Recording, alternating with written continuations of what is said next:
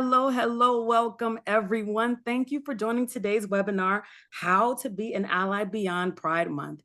Here at CareerCircle, we are a work-first solution company on a mission to change lives by connecting underserved communities with career opportunities and helping organizations build skilled, diverse pipelines.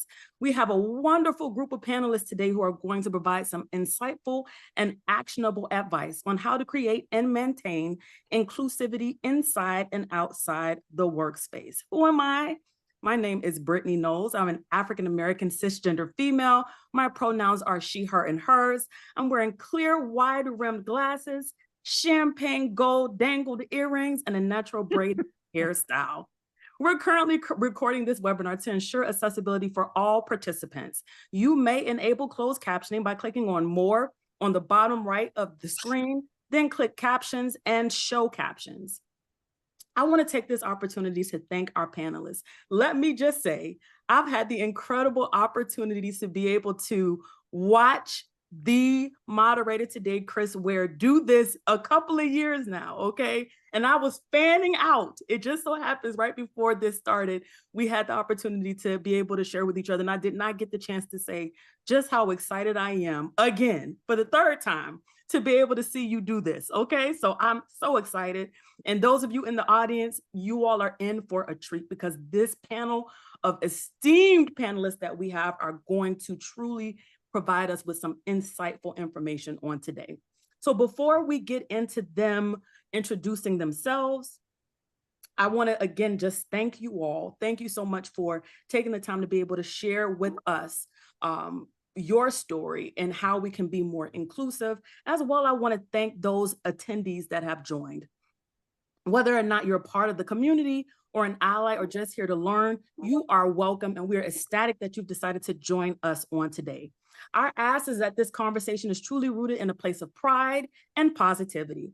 All of us, including myself, are on a continued and ever-evolving journey of inclusivity. To start off our webinar, and before introducing our amazing panelists, I wanted to provide some impactful statistics. According to studies from the Staffing Industry Analysts and HRC Foundation, 41% of LGBTQIA workers say they faced bias. 1 in 5, that's 20% of the LGBTQIA workers report having been told or had coworkers imply that they should dress in a more feminine or masculine manner. And the top reason LGBTQIA workers don't report negative comments they hear about LGBTQIA people to a supervisor or human resources is because they don't think anything would be done about it and they don't want to hurt their relationships with their coworkers. So some grim statistics, but let's go into the positivity piece because we've already talked about and discussed that we want this to be a positive conversation. What's positive?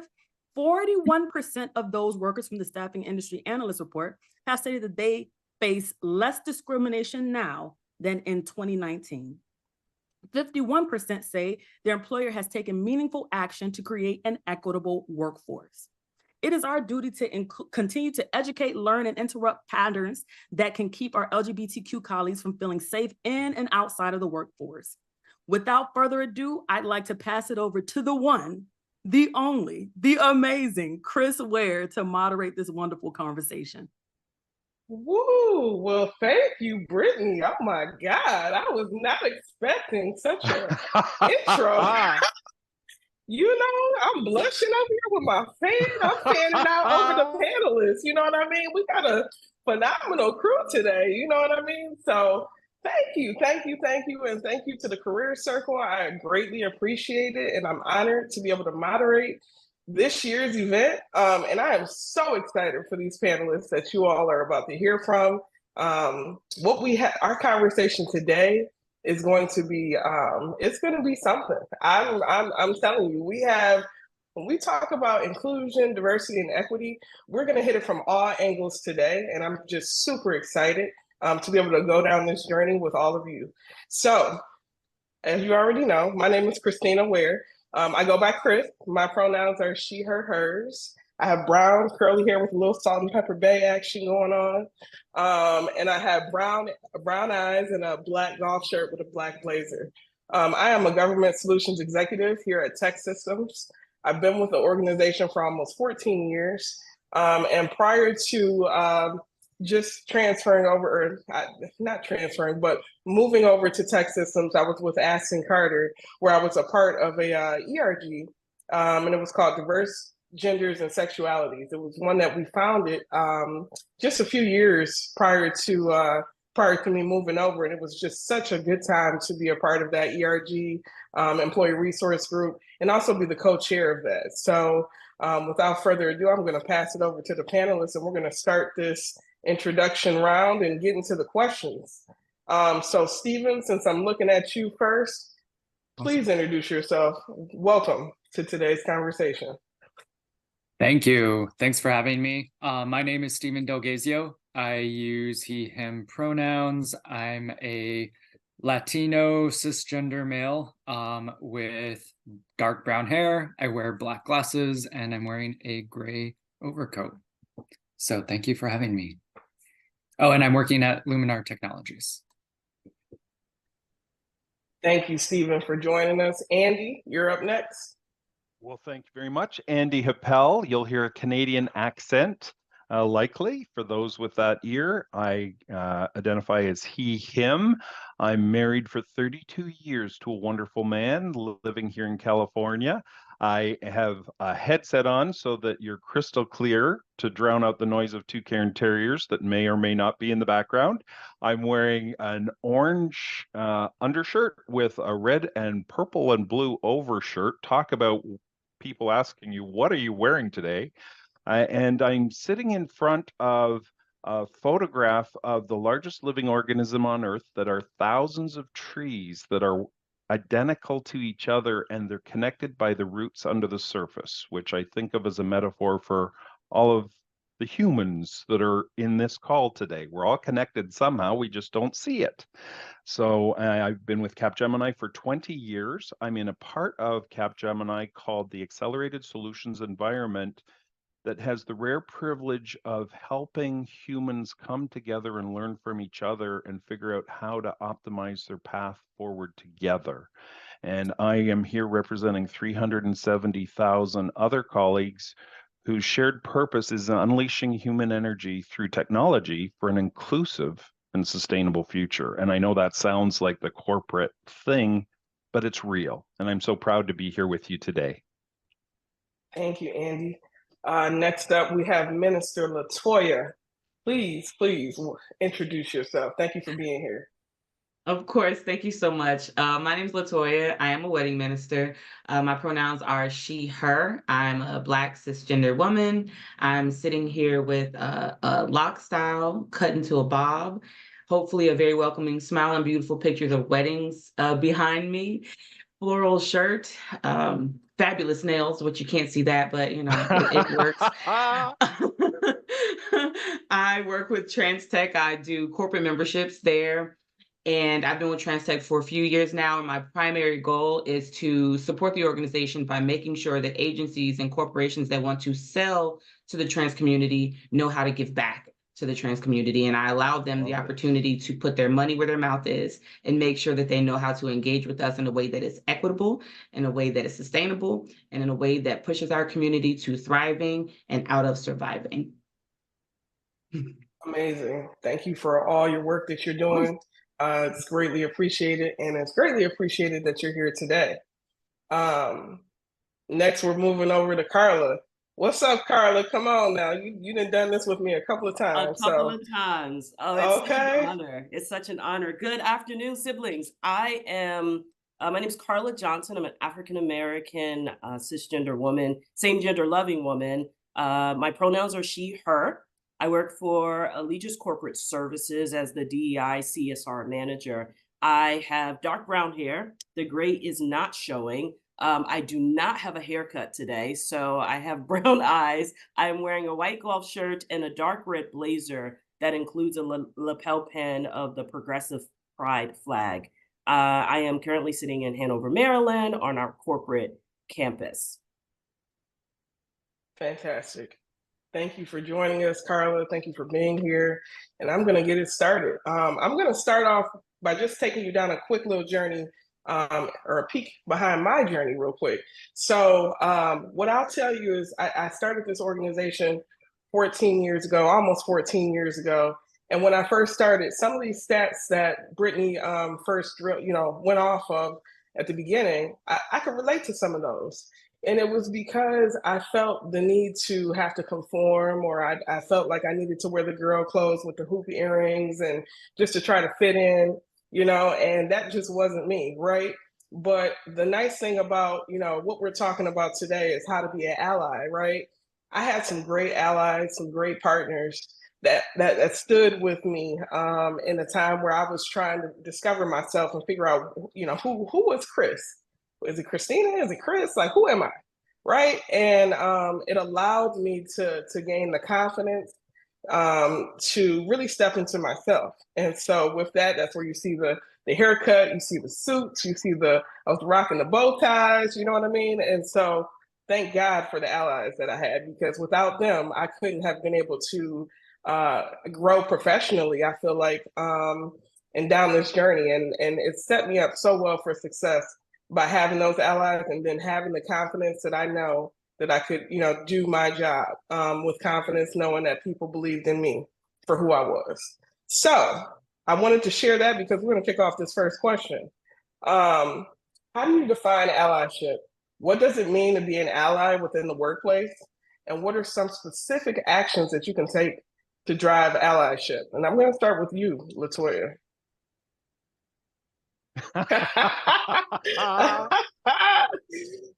I don't know if we said I would be first during rehearsal, but okay, all right, let's do it.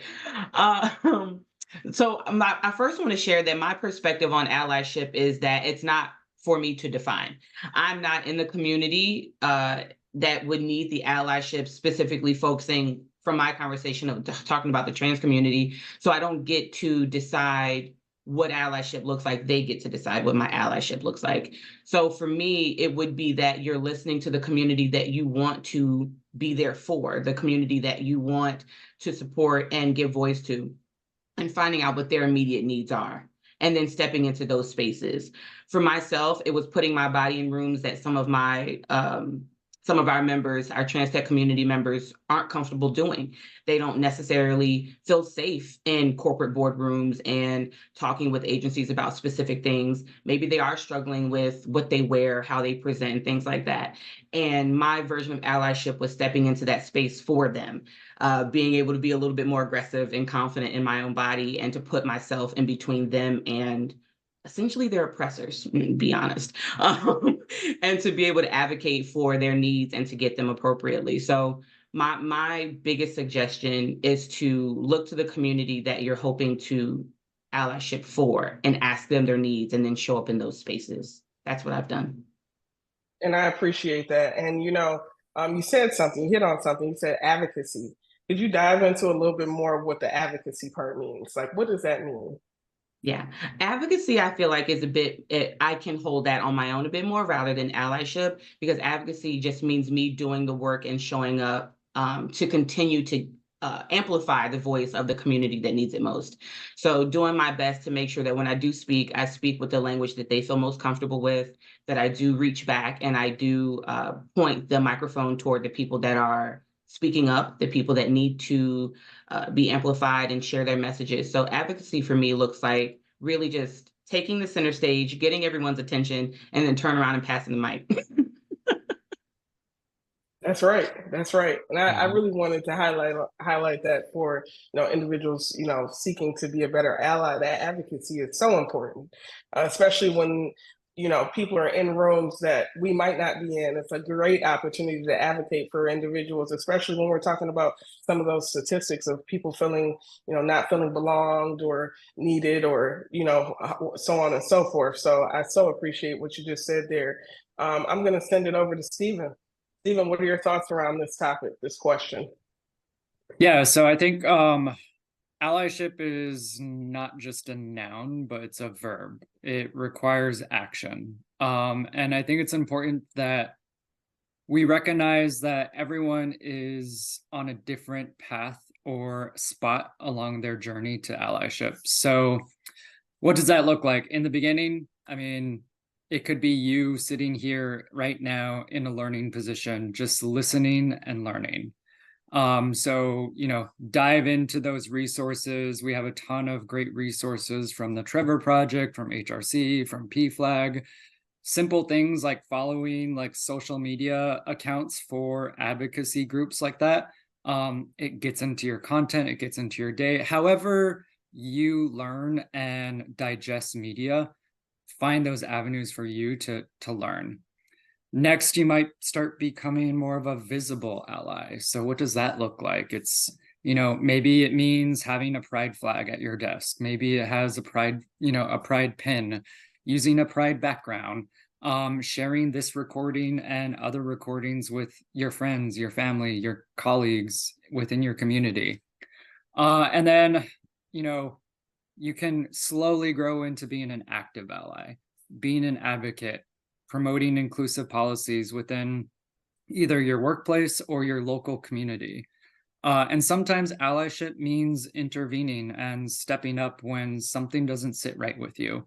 And, different people handle those situations differently. But, some tools I learned is like, if you're non-confrontational, you can just make a verbal sigh or something, like a gasp or something that shows your disagreement. Or if you're more bold and, you really want to lean in, you can step in and ask people, well, like, what did you mean by that?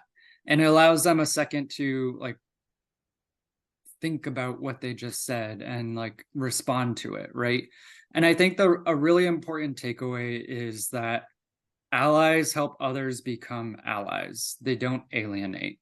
For me as a queer person and many others in our community, sometimes we don't always have the mental capacity to help people along their learning journey, because in our everyday life, we have microaggressions, we face discrimination. And so that's where allies can really step in and show up and help us out. And again, like, allies help others become allies. We don't want to alienate people. We want to bring everyone along the journey and learn and grow.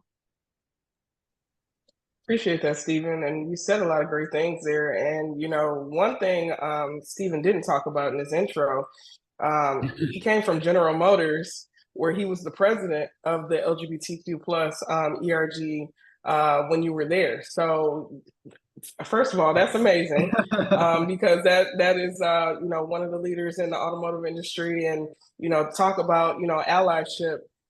Did you learn a lot? Like, I guess, what did you learn from being the president of the LGBTQ plus ERG when you were over at General Motors? Anything that you could share with the group that might be beneficial? I learned so much. So yeah, I left that portion out in my intro. Leading a global ERG, and then now in my current job, program manager, but also leading their DEI committee. So very passionate about it. Learnings from a big company, a big corporation. It starts at the bottom and it also starts at the top. So both ways and both paths are helpful. So grassroots effort, find your allies, both within the working level and your colleagues and coworkers, but then also find your executive allies. Advocate, have them advocate for you. We moved many mountains and hurdles. I was able to get domestic partner benefits, transgender affirming care, transition guidelines within the company. And so for me, I think one big learning is like, one, take time for yourself, because DEI can be exhausting and it can burn you out.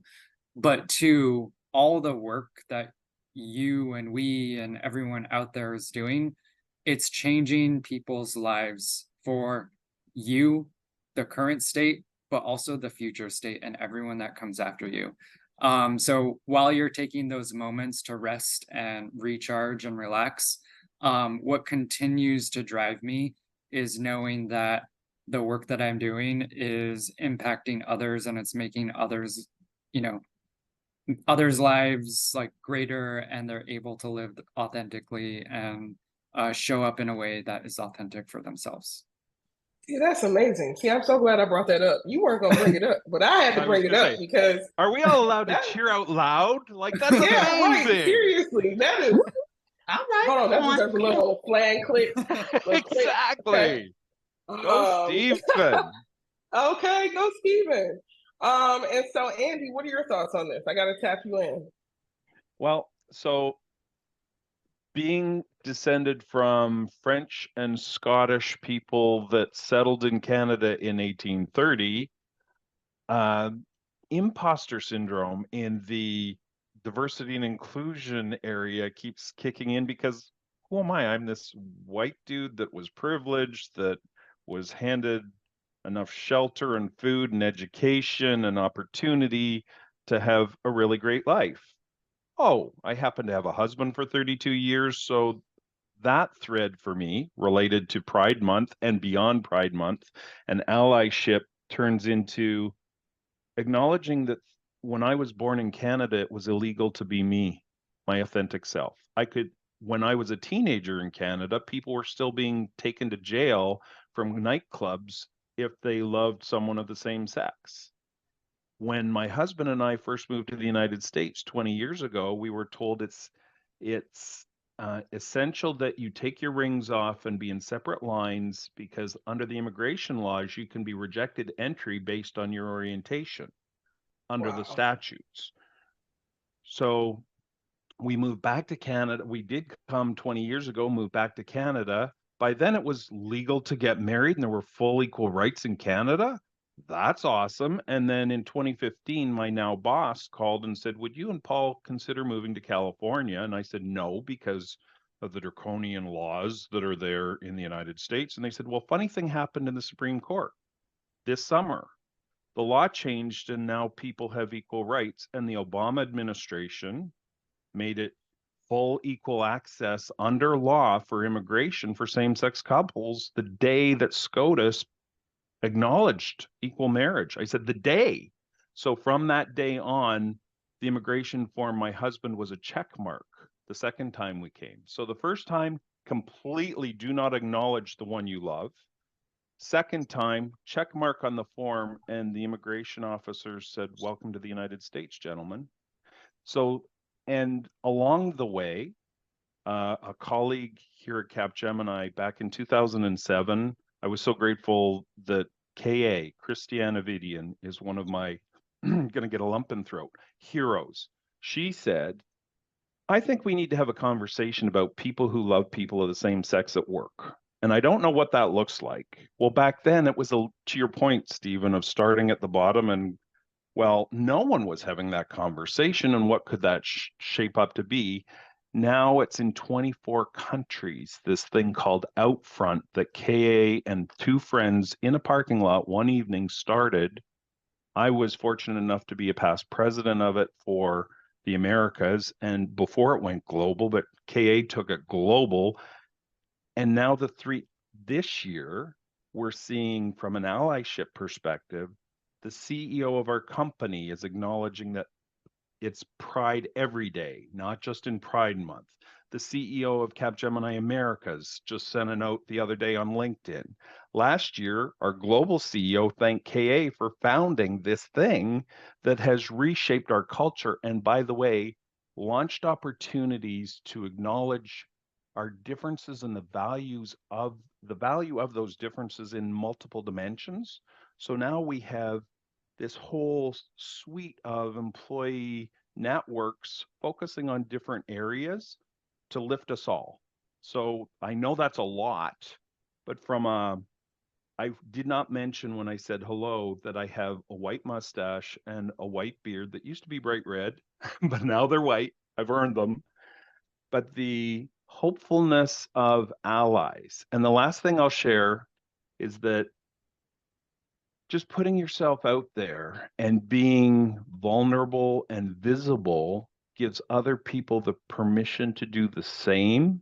And the number of kind, compassionate, empathetic, curious people who don't happen to be LGBTQ2 spirited plus that want help in thinking it through with their families, with their children, with their brother, with their father. Who knew that, LGBTQ plus people are everywhere and the people we work with have all those connections to us that we don't see because we haven't shared. So thank you for the opportunity. 1000%. Thank you for sharing all of that. There's a, Andy, there's a reason why you have almost 22,000 followers on LinkedIn, because Carla said it earlier. I could listen to you speak all day. I could do it too. So, if you're not following Andy on LinkedIn, you really should. You should follow all of us. But Andy, thank you so much for that, going down that journey with us. So I'm going to move on to the next question. What are some practical steps individuals and businesses can take to support LGBTQ plus employees year round? So we talked about it a little bit, but let's dig into it a little bit further, a little bit deeper. Stephen, let's start with you. Yeah, so if you haven't started already, I think one of the most practical steps is starting a BRG or an ERG for your Pride organization. And not just Pride, but all minority groups. The concept of intersectionality and how all of our identities come together to create who and what we are and our lens of experience through the world is great. And so I think starting ERGs, some companies call them BRGs, but starting those groups is a really good starting point and a practical first step. Because it allows queer and allied folk alike to come together and network and start building that community within the workplace. And for me, that was really important when I was first coming out in the workplace. Having an ERG there to support me and just kind of find other people within the community at work was really beneficial. And I cannot even begin to explain how it changed my life and changed the trajectory of my career. The other thing is a lot of these ERGs have mentoring programs, they have career development opportunities. There's people there to guide you, but then also you're doing the social aspects and that, again, when you're coming out, trying to find people who will love and accept you for who you are, both like in your job, in your day job, but then outside of work as well. Having that network is hugely beneficial. And then so once you have that established and just some ground rules, I think a good next place to start, if you're in a place that can influence the company, is taking a look at the company policies. And a good place to start is the HRC Corporate Equality Index. So taking a look and seeing, like, do you have transgender affirming care? Do you have domestic partner benefits? What volunteer activities are you doing within the community? How are you supporting the community in other ways? How are you giving back? What does your LGBTQ inclusion look like? And then I really think that, remember, we just said it, like, Pride is not just a month, it's a year-round activity. So there are DEI holidays all throughout the year. Transgender Day of Visibility, Lesbian Visibility Week, National Day Against Homophobia, Transphobia, Biphobia, Coming Out Day, Intersex Awareness Day, which I just want to take a moment and recognize the intersex community, because that is a community with our LGBTQ plus that doesn't always get the recognition. So having, some resources and pulling different things together to bring awareness there. And then World AIDS Day. So there's a lot of different opportunities to develop content, to just develop, send out articles, learning content. It's all available. LinkedIn, you can find a ton of training resources on all of these nonprofit pages and LinkedIn content. So I think, I could go on and on and on, but I'll stop. I'll pause there. And yeah, no, yeah, no, you're good, Stephen. Thank you. And you talked about it, and I know I mentioned it already as well, but the employee resource groups, they are so important. Way more important than I think people really realize. They really help build a sense of community.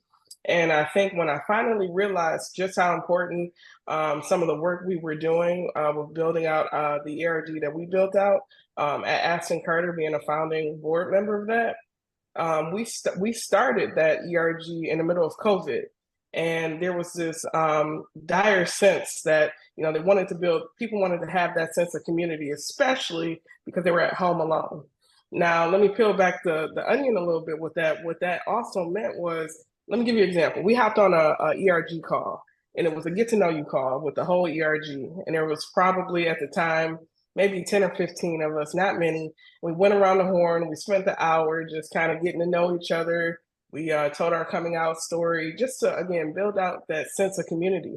There was one individual on this call she was at home and she was not able to fully communicate her coming out story because she was with her family and she had not come out to them. So she was actually in the midst of going through it. And the reason why she joined the ERG was because she was looking to build that sense of community and get advice and how to get allies and so on and so forth. And by all of us going around the horn telling our stories, it then further gave her the confidence to start reaching out to individuals. And then she eventually came out to her family. But it was just interesting. Like, she couldn't talk about her story on the call. She had to type it in the chat. And so it's just, you know, these ERGs are just so important. And so that's why I wanted to, you know, share that little tidbit. Andy, what are your thoughts on the topic? Well, so I just dropped in the chat a thank you note to KA, Christiana Vidian, who founded that first out front, LGBTQ plus ERG, and the founders happened to be a person that worked at Capgemini as he, went away for a while, and was rehired as she.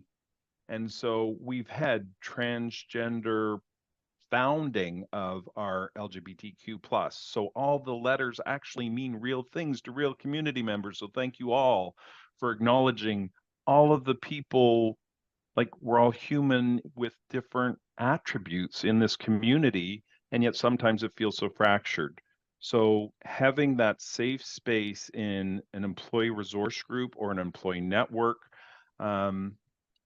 recruiting. Capgemini is, in our business, we are consulting. We are people helping with ideas. And the most creative, wonderful things emerge at those intersection points between different backgrounds, different identities, different life experiences. And so how do we create a culture of attraction to create the future we want, which is truly what we're always working to build? Employee resource group. So how do we ensure that we're us? And then the safety thing, it just still rips my heart out when new consultants, is it okay to mention my significant other at work? How did you not? Yes, of course. But people are still in 2024 dealing with that piece. Or is Capgemini, people will ask in recruiting events, is it really a place for women? Is it really a place for African Americans, for Hispanics, well, through the years, these different employee resource groups have fostered communities that have now got formal relationships between Capgemini and different communities to source these talented colleagues we want to work with. But if it's that catch-22, how do you not be a bunch of people in blue blazers with khakis who are all male and middle-aged and of the same genetic makeup? Well, how do you attract and create that diversity of thought and excitement in building new things without the ERGs? I can't imagine. Stephen, you put it so beautifully, and it's an opportunity for everyone to learn as they participate in those. That's a lot, but you asked, and there it is. I appreciate that. No, that tees it up for the next question I have. How can professionals educate themselves and their coworkers about pronouns and gender neutral language?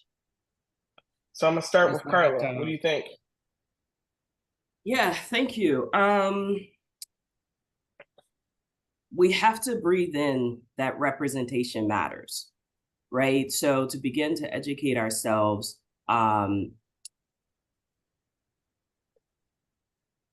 educate yourself, do the work, understand what pronouns are, what gender identity is, and how important inclusive language is, right?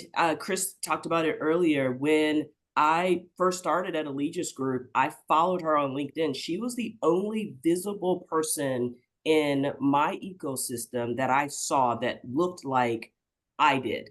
Her bow ties, her short hair, her ethnicity. And so she led by example. For us to continue to educate ourselves as professionals, we must lead by example by using gender neutral language and sharing our own pronouns. To my siblings in the LGBTIA community, I think Stephen talked about it being heavy, it being a lot. It is. And it is, for me, Chris, to be quite honest, the weight that we carry. We create the representation that we want. You were my example to continue to pull back my own layers and reframe how I'm showing up to be in the role that I am in now. Advocate for policy change. We've talked about that. What is within your organization, your DEI strategy? What's your DEI strategy? What are your DEI leaders working on? Here at Allegiance Corporate Services, we lead by our vision statement, which is ACS being a place where we are invited to be our authentic selves. We feel that we belong in this community, our contributions are valued, and there's opportunity for us to develop and grow. To continue to live and lean into that particular vision statement, we must understand that we are the examples. That remember this, one of my mentors and friends, I jokingly call him the Dr. Franklin Reed. He is the executive director of Tech Systems DEI, shared with me 2 years ago when I got in this role, that change takes time and sustainable effort is from everyone. So that is how, as professionals, we continue to advocate and promote gender neutral language. Love that. Love everything you just said. I was going to say, are we allowed to cheer out loud again? Okay, yeah, we can cheer out loud again. That deserves a fan click. Hold on, let's see. Woo-wee. Okay, because woo. I mean, you've told me that before, but thank you again, Carla. I mean, and it's so funny. Like, now you're the example that people have to look up to. You know what I mean? Like, yeah, and it takes time. Like with what Franklin just said, it does. It takes time.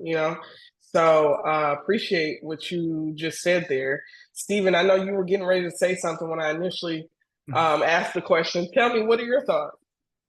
Yeah, so I guess just to build upon everything Carla just said, again, find resources, listen, learn, and start by changing your own vocabulary. I think for me growing up, I grew up in the area in like southern Texas on the border, but everyone around me always used you guys as, just a gender catch-all like word, and it was meant gender neutral. But as I moved on and learned and grew more in the DEI space, I had to recognize that not everyone interprets my language the same way, and I had to train myself to start saying you all or folks or team. And so it's just a more welcoming, now that I do it, it's become habit. And sometimes retraining your vocabulary and retraining your language does take time. So give yourself grace, but also learn and correct yourself as you go along, and slowly it takes form. But it's just more welcoming. It feels more natural now to me. When I say, hey, you all, or hey, team, it's fully inclusive and people don't interpret it as one way or the other, right? When it comes to pronouns, I think one important thing to mention about pronouns is if you're unsure about pronouns, ask. Don't make an assumption and accidentally misgender someone because you were unsure. And an easy way to do this is it's why we started off our panel today with our introductions, our name and our pronoun, because when you go up to someone and you don't know them and you don't know their identity, I can go up to them and say, "Hi, my name is Stephen. I use he, him pronouns. What about you?" And so you're taking that moment to learn about that person, learn their name, learn their pronouns, their identity. And that makes it, it takes the burden off the other individual to correct you and, stop the conversation. Or a lot of times they, depending on how comfortable they are, they won't correct you at all because they don't want to create, stop the conversation. Maybe they just don't feel uncomfortable, or maybe that is the 10th time that they've been misgendered that day. And they just don't have like the mental capacity to like continue doing it, right? So it takes a burden off of them, and it's just an easy way to like introduce yourself. Also, we live in a global society. There are names out there that we may not recognize if they're masculine or feminine. And even within our English language, there's names that, have both masculine and feminine associations with them. And we talk about gender neutral language, but also gender neutral pronouns. This is a really important one. Take the time to learn someone's pronouns, use them correctly. If you make a mistake, just correct yourself. You can do like, "Oh, sorry, they," move on. Don't make a big to-do about it, because then it draws attention and focus to that person and it might make them feel uncomfortable. But catch yourself, make a quick apology, move on, and then just train your mind and correct it next time. Yeah, you hit the nail on the head with all of that. And I think, also with us living in a virtual world, it's not hard to add to your signature she, her, hers, or they, them, theirs, and don't let it be like, it doesn't always have to be the LGBTQ plus community that's doing it. It can be everybody.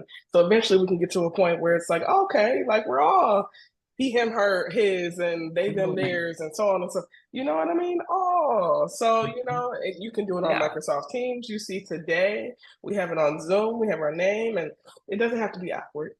So that's really something, Stephen. I appreciate you. Yes, Stephen, you got something else for me. Go ahead.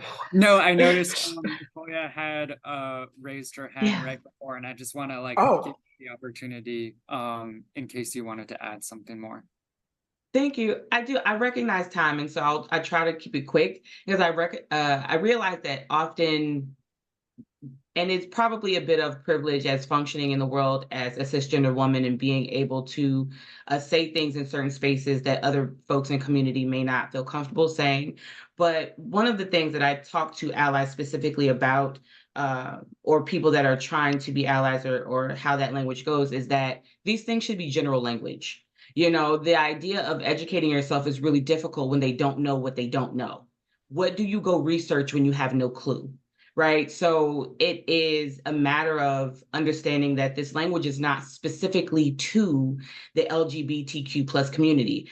Don't ask the people that look different what their pronouns are. Like, "Oh, I feel like your pronouns may be different," right? Make it a general language that we just say y'all, or we just say they, or we just use their names.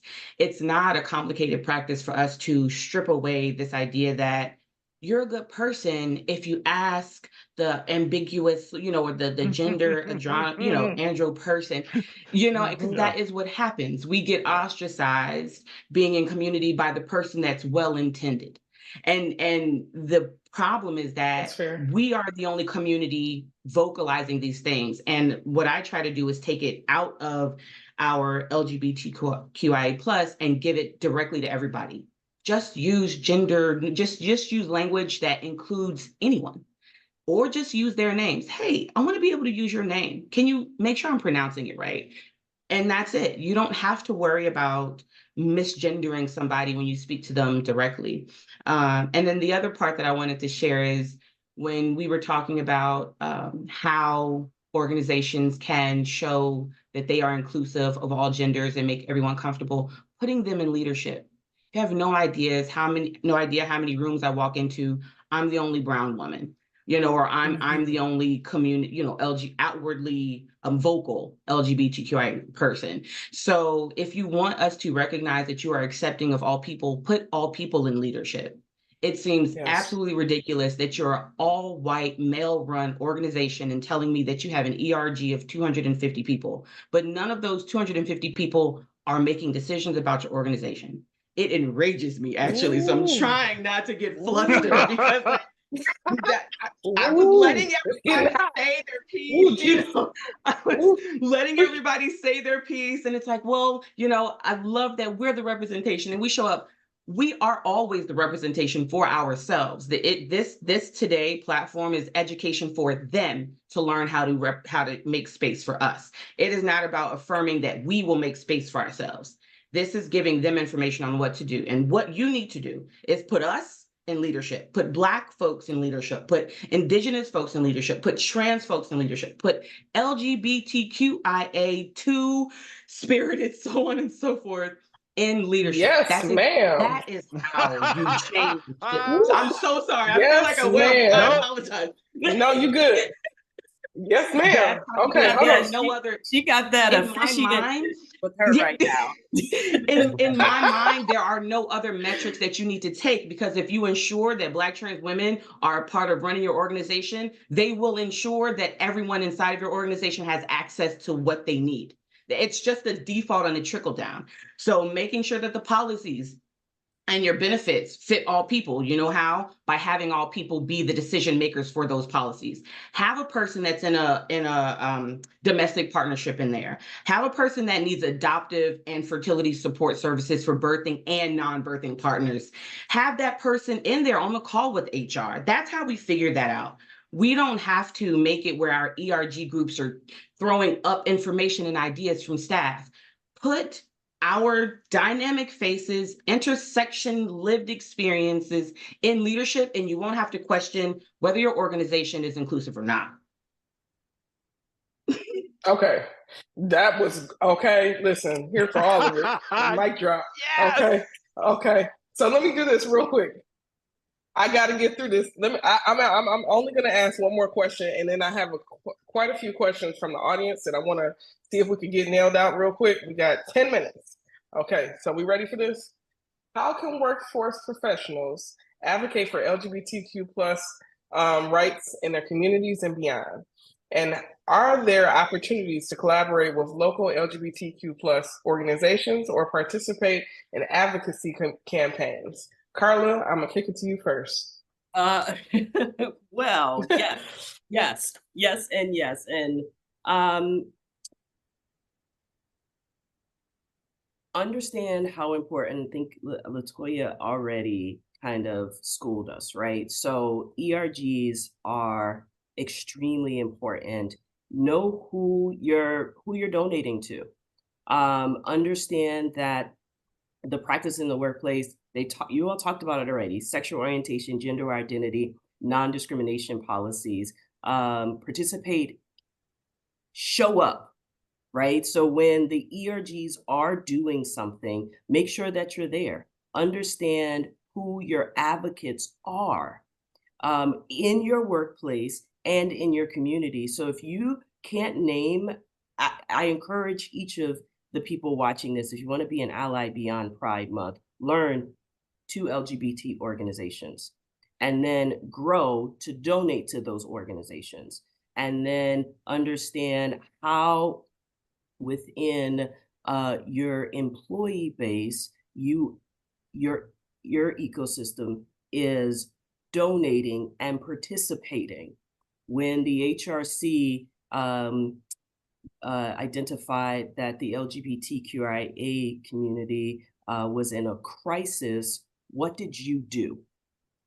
Right? So how are we learning from the things that are already in our system?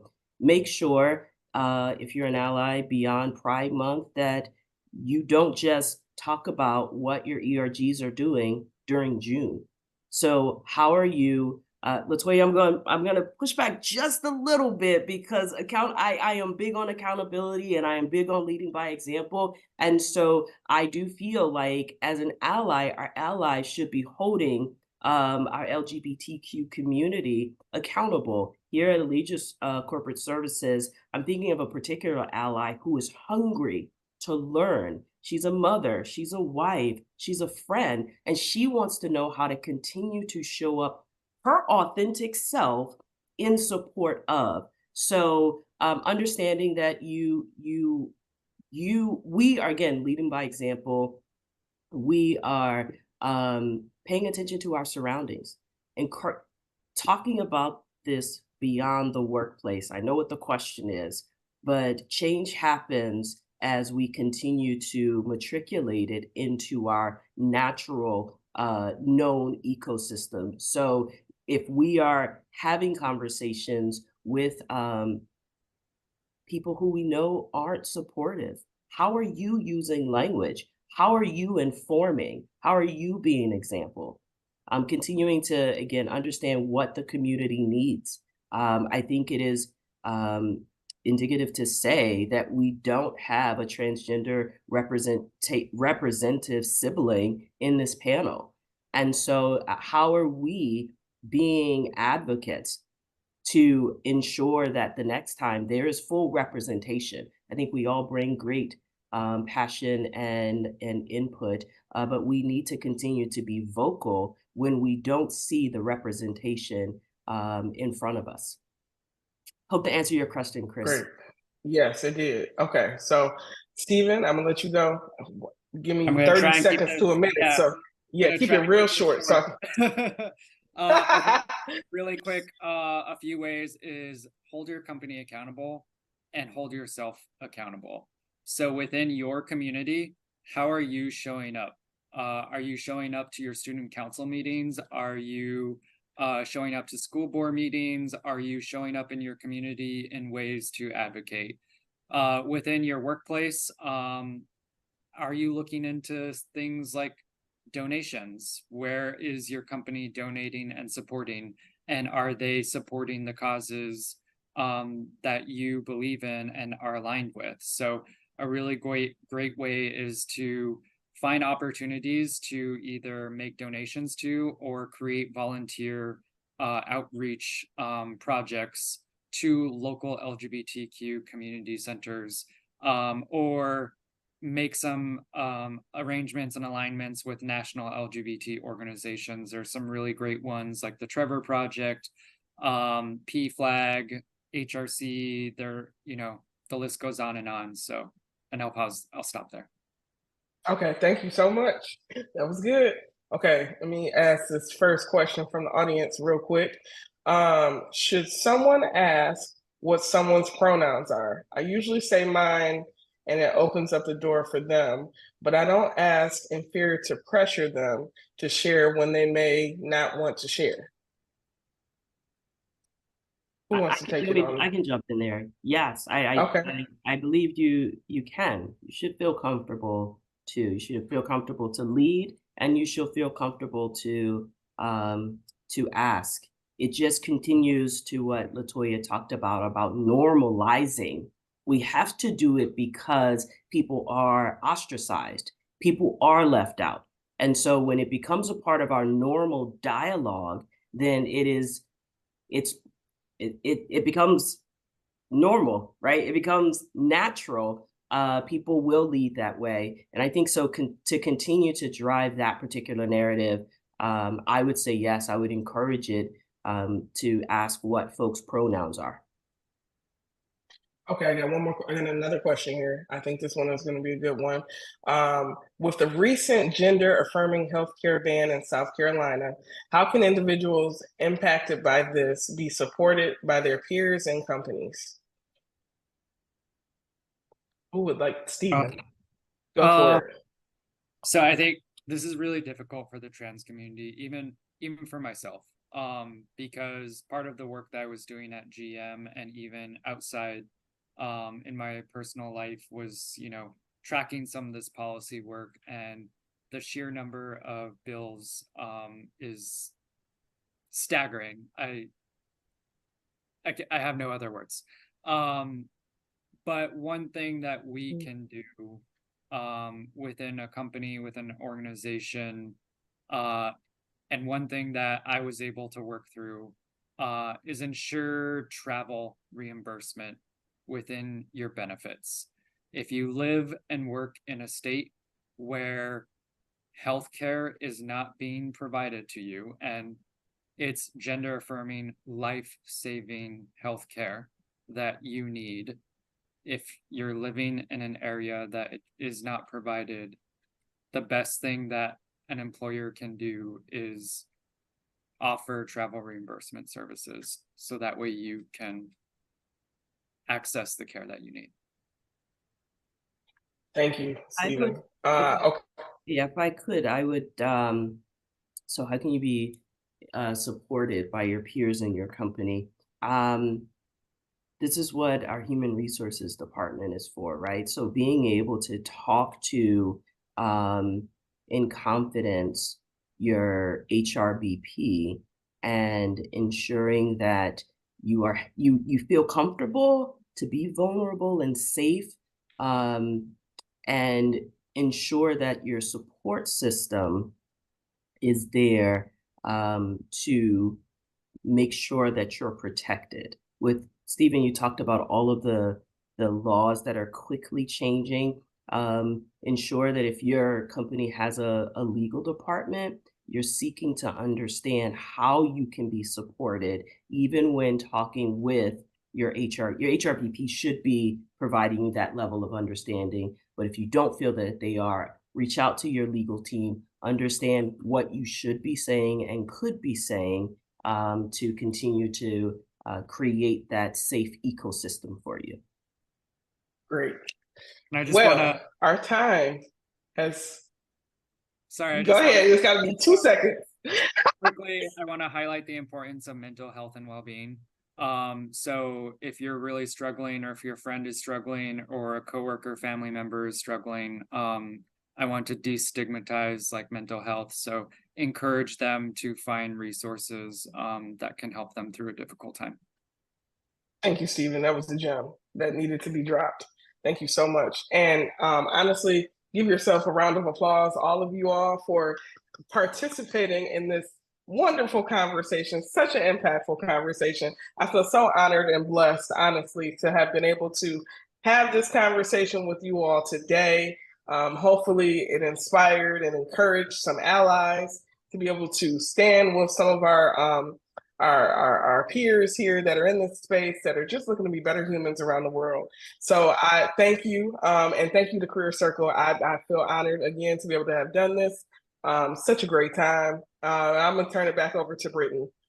If I can say this presumptively, just clear your schedule for next year, Chris. Like everyone, let's just do this again next year. All right. Let me just say, as I sign me said up. in the beginning, okay, I told y'all this is going to be lit, right? I told y'all this is going to be the conversation of the year, and you all did not disappoint in any way, shape, or form. We want to thank every single one of you all for sharing your experiences, your knowledge. Truly from the heart, we truly appreciate it. We hope that everyone that is on this call has learned something that they're going to be able to pull to create that inclusive work environment and to be able to contribute to best practices. Please check out CareerCircle's event page on careercircle.com/events to register for upcoming webinars we have in store. We'll be sending you an email with the resources discussed today, as well as upcoming event information. So be on the lookout. Thank you all so much again for your time. And we look forward to seeing you all here next year. Make sure you bring a friend, okay? It's going to be just wonderful next year this time, all right? Have a good one, everyone. Thank you so much. Thank you. Thank you all. Bye, everyone. Bye-bye.